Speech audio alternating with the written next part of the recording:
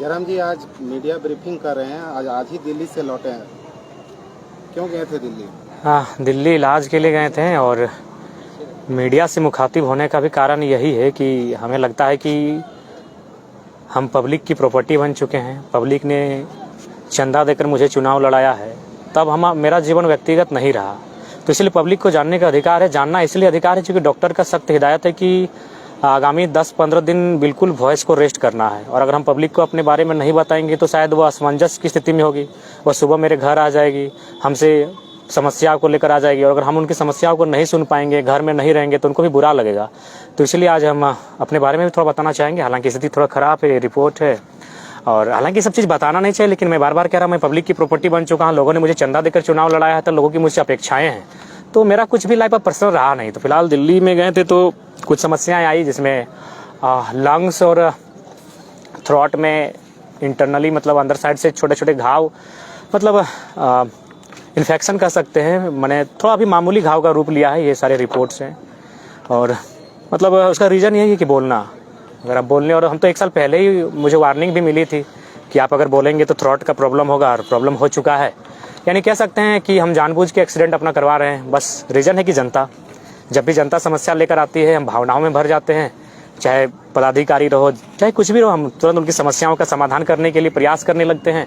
तो इसलिए थोड़ा सा आप जनता से हम कुछ दिन के लिए माफ़ी चाहेंगे, इसलिए आज मजबूरी में अपना रिपोर्ट भी हम लेके आए हैं। हालांकि आज से पहले 2 सालों से मैंने कभी नहीं कहा, लेकिन ये सत्य है कि मेरा 29 साल की उम्र में मैं आपको बताना चाहूँगा कि जितना मैंने पूरी ज़िंदगी में दवा नहीं खाया है, मात्र इन 2 सालों में खाया। जितना मेरा ज़िंदगी में पानी नहीं चढ़ा उतना पानी इन 2 सालों में चढ़ा। जितना रोग मेरा पूरा जीवन में नहीं हुआ था उतना इन 2 सालों में हुआ। तो फिलहाल लंग्स में और थ्रोट में अंदर साइड से छोटे छोटे मतलब दाग कह सकते हैं या हल्का मामूली घाव कह सकते हैं, ये उसकी रिपोर्ट है।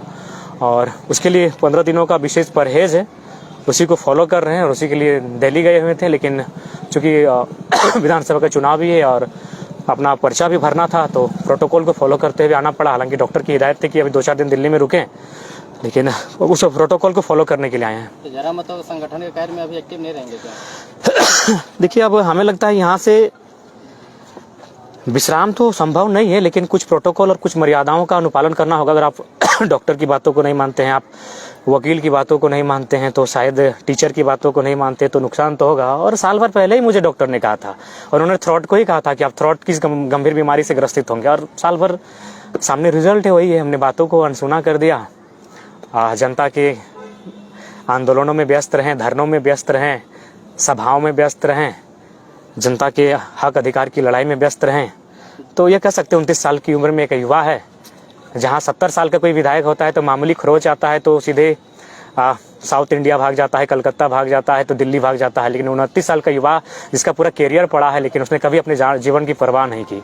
और आज 2 गंभीर बीमारियों से, फिलहाल मैं 2 नई गंभीर बीमारियों से आपको परिचय करवा रहा हूँ।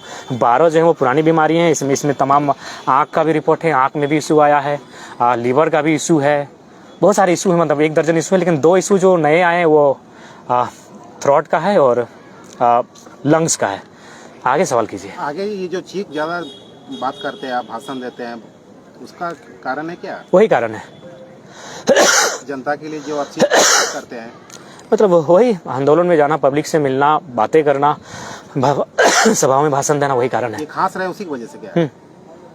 अच्छा, जयराम महतो एक नए सिरे से राजनीति कर रहे हैं। पहले जिस टाइप का जेएसएससी का वैकेंसी निकलता है उस टाइप से विधायक बनने के लिए वैकेंसी फॉर्म भरवा रहे हैं। जी, देखिए, हम लोग कुछ नया करना चाहते हैं, और नया करने के लिए राजनीति में है, इसीलिए अड़चने भी आ रही हैं। जब से हमारी पार्टी का रजिस्ट्रेशन कंफर्म हुआ है, लोग मतलब एक नहीं, एक किसी नवजात पर चील को वे झपट्टा मारते हैं, उसी तरह का नए जीव की तरह हम एक कोई नया जीव है, कोई छोटा सा पक्षी हैं, एक छोटा सा जीव है, और बाकी जो राजनीतिक दल, उनके साजिशकर्ता, कुछ यूट्यूबर्स एक झपट्टा मार रहे चील और गीद की तरह। जब से मेरी पार्टी का रजिस्ट्रेशन हुआ है, स्वाभाविक है आपके मन में भी कुछ नाम आते होंगे, तो इन चुनौतियों से कैसे निपटे उसके लिए भी हम लोग तैयार हैं।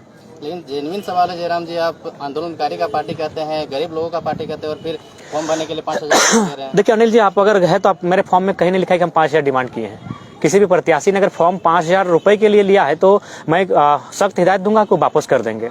वो आए और वापस मांग ले। सबसे पहला बात, जब आप पार्टी में आते हैं, देखिए कोई भी पार्टी को चलाने के लिए 4 क का होना बहुत जरूरी है। अगर 4 क को आप महत्वपूर्ण नहीं देते हैं तो आप कभी पार्टी नहीं चला पाएंगे।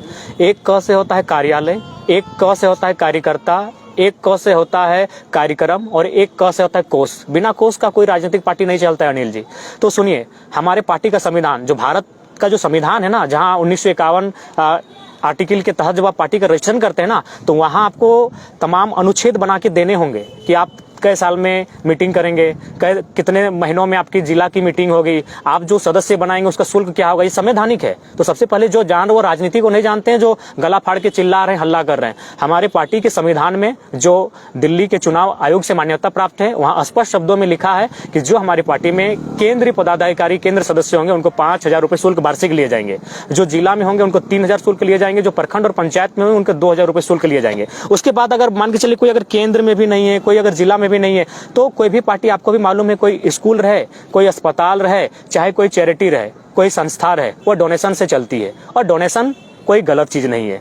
जब स्कूल डोनेशन से चलता है, जब अस्पताल डोनेशन से चलता है, कोई संस्था डोनेशन से चलती है, तो नो डाउट बाकी जो लोग हैं वो अनुदान के रूप में उनसे ले रहे हैं।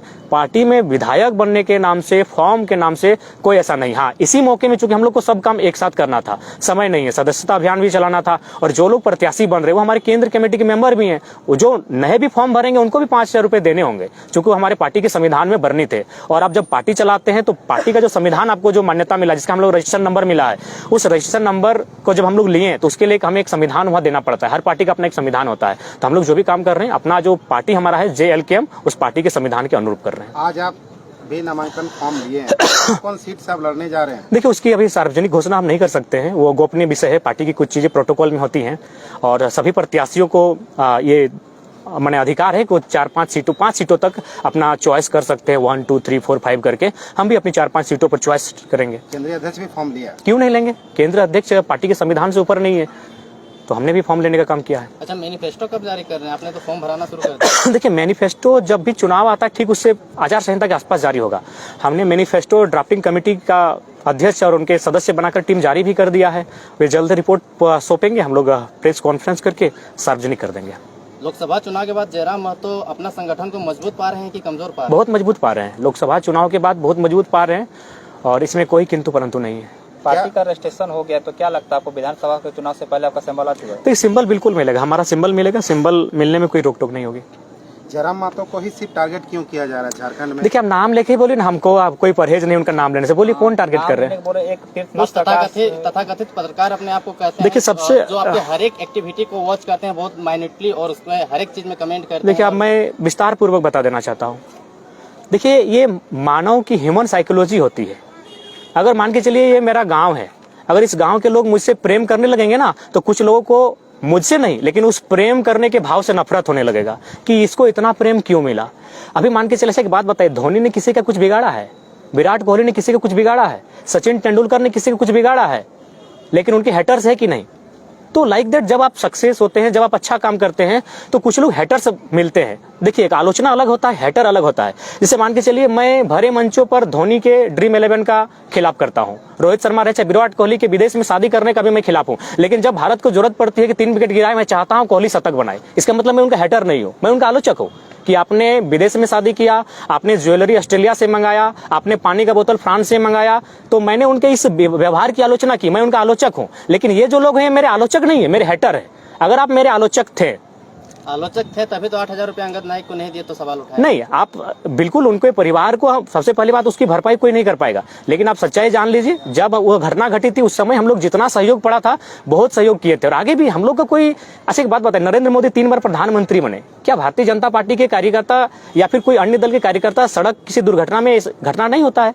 क्या कोई ऐसा पार्टी है जो किसी परिवार के लिए ऐसा खड़ा होता है? तो देखिए, हमने भी, जब हमारी पार्टी कोई विधायक नहीं है, हमारा पास कोई स्रोत नहीं है, उसके बावजूद हम लोग हमेशा खड़े रहे उस परिवार के साथ। लेकिन कुछ लोग हैं जो मतलब दिग्भ्रमित करने का प्रयास करते हैं। और जा रहा था कि आप उसको परिवार को 8,000 महीने। नहीं, ऐसा कोई स्टेटमेंट है तो आप दिखा दीजिए, मेरे जुबान से अगर कोई स्टेटमेंट है तो दिखाइए। नरेंद्र मोदी 3 बार प्रधानमंत्री बन गए, तो आज तक उनके राजनीतिक दल से कितने लोगों का घटना घटा? जेएमएम आज इतनी बड़ी पार्टी है, उनके दल से कितने लोगों ने शहादत दिया है, कुर्बानी दिया है? देखिए, परिवार की मुसीबत में साथ आना ये स्टेटमेंट है और आगे भी हम लोग खड़ा रहेंगे, भले उसके परिवार हमारी क्या बोलती है।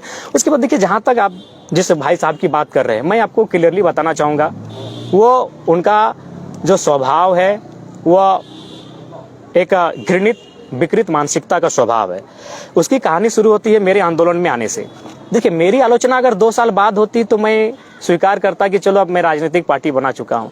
मेरी आलोचना तो भाषा आंदोलन के बीच बीच में होने लगी थी, जब मेरा ग्रोथ बढ़ने लगा, जब मेरा क्रेज बढ़ने लगा, लोगों में मेरी पॉपुलैरिटी बढ़ने लगी, तभी मेरा विरोध होने लगा था। और जो भाई साहब की बात करते हैं उनसे पूछिएगा, 21 तारीख को देखिएगा, आज भी उनका पोस्ट होगा कि मैं अपने कुछ साथियों के साथ पदयात्रा में जा रहा हूँ, कुछ साथियों के साथ। जबकि 17 तारीख को 4 दिन पहले धनबाद और बोकारो में 250 लोगों का मीटिंग था। हम लोग का ये रणनीति था कि तेलमोचो ब्रिज का एक साइड हम लोग जाम कर देंगे 72 घंटा के लिए, अगर भाषा वापस नहीं होता है तो। हमें लगता है उसके बाद जैसे हम 17 को मीटिंग करते हैं और जब ये निर्णय आपस में चर्चा करते हैं, हालांकि तय नहीं हुआ था करेंगे कि नहीं, अगले दिन भाषा वापस हो जाती है। जब 18 को भाषा वापस हो चुकी है तो 21 को क्यों गए थे? तो इसका रीजन यही था। एक हमारे तोपचाची के भी बड़े नेता हैं जो मेरे ही क्षेत्र के हैं, और उनको भी ये लगा था कि अगर ये लड़का आगे बढ़ेगा तो कहीं ना कहीं मेरे लिए संकट होगा। तो उन लोग एक प्लानिंग किया कि अब इसको पूरा राज्य जानने लगा है, इसके हाथों में नेतृत्व है, मानव श्रृंखला हो चुका है, लाखों की भीड़ आ चुकी है, अब क्या कीजिएगा ना कुछ नया कीजिए ताकि नेतृत्व को इसके हाथों से लिया जाए। तब वो क्या किए, पद यात्रा निकालें। आपको पद यात्रा जाना था, हम लोग भी समर्थन करते। उस मीटिंग में चर्चा काहे नहीं हुआ? जो मीटिंग धनबाद और बोकारो तेलमोचो ब्रिज में बुलाया गया था, जिसमें 250 नौजवान थे, उस मीटिंग में वे भी उपस्थित थे। जो लोग पदयात्रा में गए थे वे लोग भी उपस्थित थे, जबकि 4 दिन पहले मीटिंग हुआ था। तो इसका रीजन एक ही था कि वे लोग चाहते थे कि नेतृत्व को जयराम महतो के हाथों से ले लें, क्योंकि सबको नेतृत्व करता बनना था, सबको लीडर बनना था, और वो नहीं चाहते थे कि हम लोग से जूनियर लड़का लीडरशिप करे। क्योंकि आपको भी उनका इतिहास मालूम है, सूर्य सिंह बेसरा उनको एक बार कहाँ सीएम प्रोजेक्ट कर चुके थे हाथ खड़ा करके। ये हमारे जो नेताजी हैं आज हमको लगता है 7-8 साल पहले से अपने आप को टुंडी का यूथ आइकॉन लिखते हैं फेसबुक में। तो ये लोग ऑलरेडी अपने आप को नेता, स्वघोषित नेता मान चुके थे और जनता हमें मान रही थी। तो लिहाजा उनको उस बात से तकलीफ है। मैंने पहले कहा, आलोचक अलग होते हैं, हेटर्स अलग होते हैं। आज धोनी का रन बनाना यानी अगला का हेट करना, सचिन का शतक बनाना यानी अगला का हेट करना। तो जब मैं राजनीति में आया तो जाहिर सी बात है, हाँ, अगर ये अपने आप को इतने ही बड़े आलोचक कहते हैं तो जब मैंने 3.5 लाख वोट लाया तो एक दिन मेरी प्रशंसा कर देते, जिसकी प्रशंसा पूरे देश ने किया, जिसकी प्रशंसा पूरे राज्य की मीडिया ने किया। और हम प्रशंसा के हकदार हैं भाई। 1952 से भारत देश में चुनाव होता है, 27.5% वोट आज तक कोई इंडिपेंडेंट कैंडिडेट फर्स्ट अटेम्प्ट में नहीं लाया है। आप इतिहास पता कर लीजिए। और अगर झारखंड की बात कीजिएगा तो झारखंड में हिस्ट्री को ब्रेक किया है। आज 3.5 लाख वोट लाने वाले शख्स को आप एक बार चर्चा नहीं कर पाए। आलोचक किसे कहा जाता है? जो आपको नकारात्मक भी कहेगा और आप अच्छा करेंगे तो उसकी प्रशंसा भी करेगा। आप तो कभी लाइव नहीं आए, चलिए ठीक है, उसके बाद आप लोग लाइव आते, अच्छा बात है, लाइव आइए। लेकिन आप तो ले दे के जयराम महतो पे लाइव आते हैं। उनसे जो जुड़े हैं मोतीलाल महतो, फरजान खान, तो राजकुमार मंडल, तो पूजा महतो, तो बेबी महतो, ये आपकी घृणित मानसिकता है। ये राजनीति नहीं और ये सवाल नहीं है, ये सवाल नहीं है। अगर आप सही में अपने आप को मानते हैं कि हम निष्पक्ष हैं तो आप उस दिन भी लाइव आते हैं जब कल्पना सोरेन को टिकट दिया गया। आप उस दिन भी लाइव आते हैं जब सुबोध कांत साही की बेटी को टिकट दिया गया। आप उस दिन भी लाइव आते हैं जब अनूप सिंह की पत्नी को टिकट दिया गया। आप उस दिन भी लाइव आते हैं जब नेहा शिल्पी तिर्की को टिकट दिया गया। तब तो मानते हैं। क्या लगता है ये लोग कहीं से प्रेरित है? नहीं, फंडिंग है। आप कहिएगा तो, चूंकि जो लोग उनको मिलाने का काम किए उन लोग बोलने के लिए तैयार है, लेकिन वो थोड़ा सा हमने कहा कि नहीं, रिश्ता खराब मत कीजिए। तो आप ही बताइए ना भाई, आप आते ठीक है, एक दिन आप बीजेपी को लेकर लाइव आते, आप एक दिन जेएमएम को लेकर लाइव आते, एक दिन आरजेडी को लेकर लाइव आते, एक दिन जेडीयू को लेकर लाइव आते, एक दिन कांग्रेस को लेकर आते, उसके बाद एक दिन जयराम महतो और जेलकम को लेकर आते, लोग आपको मानते हैं। आप तो हाथ धो के पीछे पड़े। इसका मतलब यही है कि घृणित और विकृत मानसिकता और नफरत का जो भाव। आपके फोन और टी शर्ट पे भी नजर रखा जा रहा है। लोग यहाँ लोग रेंज रोवर में घूम रहे हैं, लोग राज्य को लूट के चले गए, करोड़ों की संपत्ति लूट के चले गए, धनबाद से कोयला लूट के चले गए, कोई सवाल नहीं हुआ। तो आप चाहिए टी शर्ट को हिसाब लीजिए, 800, 700, 900 यही टी शर्ट होता है। हम लोग बोले तो, हम जब दिल्ली गए थे हम लोग एक थोक में 6-7 टी शर्ट वहां से लेके आए थे, क्योंकि एक के बदले एक इस टाइप का ऑफर था, करोल बाग से लेके आए, जाइए पता कर लीजिए। तो इसे कहीं ना कहीं एक घृणित व्यवहार कहेंगे। और वही जो नेतृत्व नहीं चाहते थे कि हमसे जूनियर लड़का नेतृत्व करे। बोलिए एकदम लॉजिकली, आप किसी से पूछ लीजिए, मानव श्रृंखला से लेकर अब तक आखिर वो लोग पद यात्रा में क्यों गए थे? अगर 17 तारीख को अभी पोस्ट अभी भी है कि मैं अपने कुछ साथियों के साथ पदयात्रा में जा रहा हूं, और जाते जाते क्या हुआ, जेबीएसएस का लेटर जारी होने लगा सीएम के नाम से, तो कभी अनशन के लिए। क्या है भाई, जब आप कुछ साथियों के साथ अपना पर्सनल जा रहे हैं तो फिर जेबीएसएस बीच में क्यों आ गए? उस समय जेबीएसएस हमारा संगठन था। जयराम को इससे ज्यादा नफरत झेलना पड़ेगा चुनाव के समय में? नहीं, हम लोग तैयार हैं। और हम अपने नफरत करने वालों से भी कहेंगे धीरज रखिए।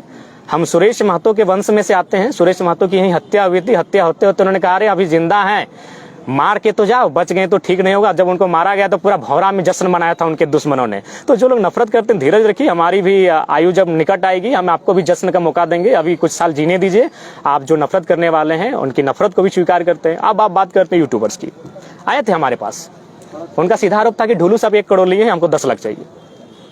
हमने कहा भाई ये मिथ्या है, छोड़िए। हमारे का अभिनेता का नाम है, उनका भाई साहब देवानंद भाई साहब हैं, एक सिने स्टार अशोक कुमार भाई साहब, इस तरह करके कुछ नाम है उन लोग का। आए थे और उसके बाद भी उन लोग को कौन मैनेज किया, वो लड़का तैयार है। वो लड़का कपूरिया का है, लेकिन वो है कि वो एक जेएमएम के बड़े नेता का रिलेटिव है। तो हम बोले नहीं, रिश्ता मत खराब करो मेरे कारण। वो बोलने के लिए भी तैयार है कि उनको हम कहाँ पैसा दिए हैं, कहाँ उनको वीडियो बनाने के लिए भेजे हैं, उनके साथ हम क्या क्या किए हैं। तो ये पैसा नहीं थी इसलिए आपको जी मांगे हमारे जयराम महतो पर भी तो आरोप लगता है, तो आपके पास कुछ प्रूफ है कि ये लोग पैसा उठाया है? हाँ प्रूफ, हाँ बिल्कुल आपको प्रूफ दिला देंगे। आप बोलिएगा तो अभी टेलीफोनिक बात करा देंगे। लेकिन मैंने कहा छोड़िए, कहा ले दुश्मनी मोल लीजिएगा, क्योंकि जेएमएम के नेता के रिलेटिव है जिन्होंने उनको लाइन अप किया। उससे भी उनसे हमारी कोई शिकायत नहीं है। हम तमाम यूट्यूबर्स को यही कहना चाहेंगे कि यदि हम मुझे एक कहावत याद आई कि हाथी जीते जी लाख का और मर जाए तो 1.25 लाख का। चलिए, हमारी बदनामी में भी उनका परिवार चल रहा है तो बेहिचक वो करें। लेकिन मैं आग्रह करना चाहूंगा कि कम से कम जैसे कि एक हमारे अशोक कुमार करके कोई भाई साहब हैं, बैचलर हैं, स्ट्रगल कर रहे हैं, तो हम चाहेंगे कम से कम वो 10 लाख रुपए ले पार्टियों से मेरे खिलाफ कहने का, और कम से कम अपने का बढ़िया बिजनेस सेटअप करें। इस बीमारी की अवस्था में मुझे उनकी चिंता है, क्योंकि अगर हमें लग रहा है उन्हें 60,000 रुपए करके दिया गया है, जो न्यूज मेरे तक आई है, तो कोशिश कीजिए इन 60,000 रुपए में कुछ होगा नहीं तो कम से कम आप 10 से 15 लाख डिमांड करें। बिल्कुल आप मेरे खिलाफ बनाइए, कम से कम इसी बहाने अगर मेरा भाई एक सेटलमेंट हो जाता है तो मुझे खुशी होगी।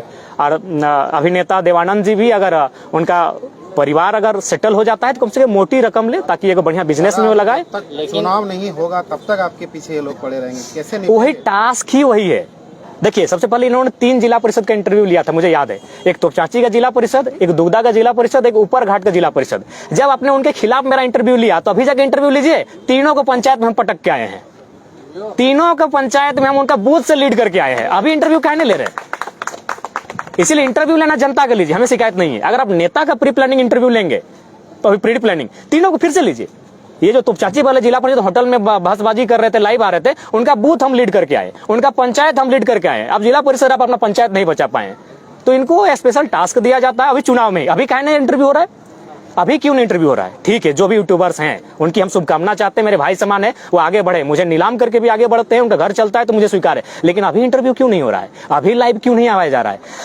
विधानसभा नजदीक आएगा, ये हथकंडे अपनाए जाएंगे। तो ये, और मुझे आज नहीं, मुझे मेरे एक मित्र है अनवर राही, जो हमारे केंद्र संगठन में है, उन्होंने लोकसभा से 6 महीना पहले बोला था कि जिस प्रकार केंद्र की टीम ने जितने 10 मिलियन फॉलोवर है, 10 मिलियन उनको हाईजैक किया है, राज्य में जिनका 10K फॉलोवर है उनको आपके खिलाफ यूज किया जाएगा। और वो हुआ वो हुआ, उसके लिए कोई दिक्कत नहीं। जयराम के खिलाफ जो बोलते हैं वो कभी कभी दूर चले जाते हैं, फिर जयराम के पास आते हैं तो जयराम अपना दिल में जगह दे देते हैं, फिर उनको बैठ देना। देखिए, हम लोग एक बहुत बड़ा निष्कपट इंसान है, कोई कपट नहीं। अगर होता तो बीमारी इतना नहीं झेलते। डॉक्टर हमको, आप मेरा भाषण देखिएगा बागमारा में, उस समय मेरा काला कुर्ता होगा, और वहाँ पहली बार हम पानी पीते हुए बोले थे कि 15 मिनट में हमको पानी पीना है, नहीं तो थ्रोट का बीमारी होगा। आज देखिए 1 साल बाद हम खड़ा है, वो नवंबर था, ये सितंबर तक, कुछ महीना 1 साल का हम बीमारी लेके खड़ा है आपके बीच, अंदर से घाव हो चुका है, हम खड़ा है आपके बीच। तो जयराम महतो बहुत कोमल स्वभाव का है, वो जनता के आगे बहुत दिल उसका साफ है, तो इसीलिए कोई आता है गाली दे के भी तो हम माफ करें, उतना छोड़िए। आप देवानंद भाई साहब को पूछिएगा कि उनको जो लाइनअप पहली बार किया था मेरे खिलाफ, वो हमारे केंद्र प्रवक्ता थे जी। हम वो शख्स हैं जो धोखा खा के मुस्कुराए, उनका नाम ही आज बोल देते हैं। वो दुगदा के मिस्टर कड़वार, पूरा नाम नहीं बताते हैं, उनका नाम है मिस्टर कड़वार। बताइए, हमारे केंद्र प्रवक्ता हैं। एक केंद्र प्रवक्ता का क्या जिम्मेवारी है जी, कि अगर आपकी टीम पर कोई संकट आ रहा है तो आपको डिफेंड करना चाहिए। अगर आपके संगठन के नेता की आलोचना हो रही है, अगर कोई साजिश हो रही है, तो आपको मीडिया में आके डिफेंड करना चाहिए। लेकिन हमारे केंद्र प्रवक्ता क्या कर रहे थे मालूम है? वो बता रहे थे कि जाओ अरविंद टाइगर के खिलाफ बोलने के लिए तैयार है। अरविंदा को भली बातें जानते हैं, बहुत धाकड़ इंटरव्यू हमारे खिलाफ दिए थे। तो ये हमारे साथ साजिश हुआ। फिर भी आए, कुछ दिन पहले कड़वार दादा आए, मिले, बैठे, बात किए गए। जो हमारी बर्बादी का मैंने रूपरेखा तैयार करते हैं, हम उनके लिए भी भला चाहते हैं। अगर ऐसा नहीं तो हम मिलते नहीं उनसे। पूछेगा, हम चुनाव के बाद, मेरे हारने के बाद भी आते हैं, क्योंकि ये मेरा दिल स्पष्ट है, हम अपने लिए नहीं आए। अगर अपने लिए आते तो कम से कम अपनी जान बचा के चलते। आज करोड़ों का ऑफर है हमें, अरे कम से कम राजनेता बनते चाहे नहीं बनते, कहीं वो बढ़िया घर द्वार, एगो ब्याह शादी करके सेटल हो जाते, इतना जान जोखिम में नहीं डालते। अभी आपके प्रवक्ता पर भी आरोप लग रहा है। देखिए, हमारे प्रवक्ता हमेशा पार्टी को डिफेंड किए हैं, तो इस बार वो खुद को डिफेंड करेंगे। आप ये सवाल उनसे ही ले लीजिएगा, क्योंकि अभी तक उन्होंने पार्टी को डिफेंड किया है। अगर उनमें कुछ दोष है, क्योंकि हम परिचित नहीं थे इस दोष से, तो वो खुद अपने आप को डिफेंड करेंगे। जयराम महतो गरीबों का नेता कहते हैं, आजकल अमीरी दिखने में आ रहा है। बताइए कौन सा अमीरी रख रहे हैं, दिल्ली में जाके इलाज कर रहे हैं, यहाँ के गांव घर के लोग गांव घर में नहीं देखिए, रिम्स में इलाज कराते हैं। नहीं देखिए, आप भी जानते हैं कि रिम्स की व्यवस्था क्या है, ये किसी से छुपा नहीं है। और ये इलाज हम अपनी खुशी से नहीं करा रहे हैं। मेरे दोस्त हैं वहाँ, वे लाइन अप कर रहे हैं। हम हैदराबाद भी गए थे, हम लगभग 15-20 दिन हैदराबाद में रह के आए थे। हम दुर्गापुर मिशन से भी इलाज कराए हैं। सवाल यहाँ जब जीवन पे आन पड़ती है तो बहुत सारे लोग आते हैं जो आपको चाहते हैं, वो खर्च करने के लिए तैयार होते हैं। तो इसमें इलाज से आप देखिए, आप किसी के इलाज से अगर गरीबी अमीरी को जोड़ेगा तो बड़ा दुर्भाग्य है। दादा, एक विधानसभा से 15-20 लोग ने फॉर्म लिया, जमा भी किया, कैसे आप चयनित कीजिएगा कि उनको उम्मीदवार उतारिए? देखिए, टीम तय हुए हैं वो टीम ही तय करेगी कि मैंने कैसे चयन करना है। संसदीय बोर्ड है, स्क्रीनिंग कमेटी है, समन्वय समिति है, वो टीम ही है और टीम के माध्यम से ही तय होंगे। क्या आगे जो आपकी सभाएं वो क्या होगी कि रद्द हो जाएगी? देखिए, अभी फिलहाल तो हम स्थिति में नहीं है कि अब 10 दिनों तक हम लॉर्ड वॉइस में बोल सके। और ये 13 तारीख है और 13 के बाद हम मीडिया से दर्शन अब 25 तारीख के बाद ही देंगे।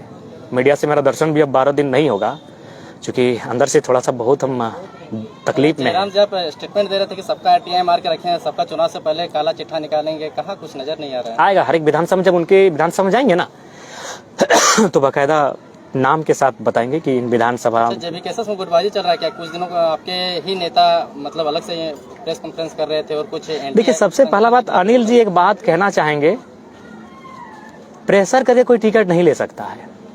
अगर धनबाद का प्रत्याशी धनबाद में प्रेस कॉन्फ्रेंस, टिकट नहीं मिलता है। आप जनता के बीच रहिए। आप मेरे प्रत्याशी से पूछिएगा तो किसने समीक्षा बैठक अभी तक किया है? जयराम महतो के अलावा एक प्रत्याशी ने समीक्षा बैठक नहीं किया है। बाहर भैया, बूथ कमेटी आप नहीं बनाएंगे, हारने के बाद समीक्षा बैठक भी आप नहीं करेंगे, खाली चुनाव लड़ेंगे क्या पार्टी में? पार्टी के लिए आपने क्या दिया? पार्टी ने आपको दिया एक सम्मान दिया, तीसरा स्थान दिया। इससे पहले भी बहुत लोग चुनाव लड़े हैं, 3-4 लोग हमारे साथी चुनाव लड़े हैं, 1000, 800, 1200 वोट लाते थे, आज 80,000, लाख, 1.25 लाख, 1.5 लाख वोट लेके आए। तो जेबी के संगठन ने आपको इतना बड़ा सम्मान दिया, अब संगठन को आप क्या देते हैं, ये सबसे बड़ा विषय है। आप अब विधानसभा के चुनाव में अपना बूथ, अपना पंचायत कम से कम लीड करवा के दीजिए। आप लोकसभा में जिसको टिकट दिए थे वो विधानसभा में नजर आएंगे कि नहीं? देखिए, अगर वो फॉर्म डाले हैं और अगर वहां कोई प्रत्याशी कंपटीशन में नहीं दिखा और लगा कि नहीं इनका चेहरा जाने से ही ठीक रहेगा तो जाएंगे। और नहीं तो ऐसा नहीं कि जो 7% 8 के 8 लड़े थे, 8 विधानसभा में दिखेंगे, 2-4 लोग चुनाव लड़ाएंगे भी। तो आप लड़े, अब लड़ाइए।